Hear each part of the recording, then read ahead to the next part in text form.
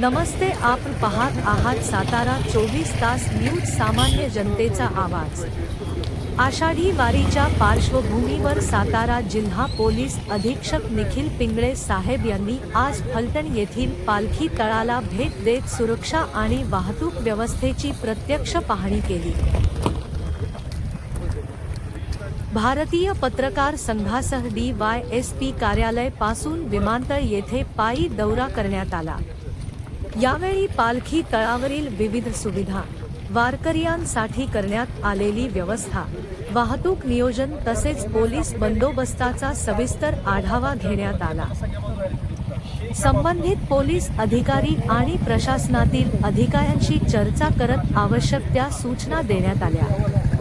वारीदरम्यान लाखो वारकरी फलटणमार्गे प्रवास करणार असल्याने कोणताही अनुचित प्रकार घडू नये, तसेच वारकरींना सुरक्षित आणि सुरळीत सेवा मिळावी यासाठी पोलीस प्रशासन सज्ज असल्याचे यावेळी पोलीस अधीक्षक निखिल पिंगळे साहेब यांनी स्पष्ट केले। फलटण शहर आणि परिसरात कायदा व सुव्यवस्था अबाधित राखण्यासाठी तसेच वाहतूक सुरळीत ठेवण्यासाठी व्यापक नियोजन करण्यात आले असून सर्व यंत्रणांनी समन्वयाने काम करण्याच्या सूचना यावेळी देण्यात आल्या।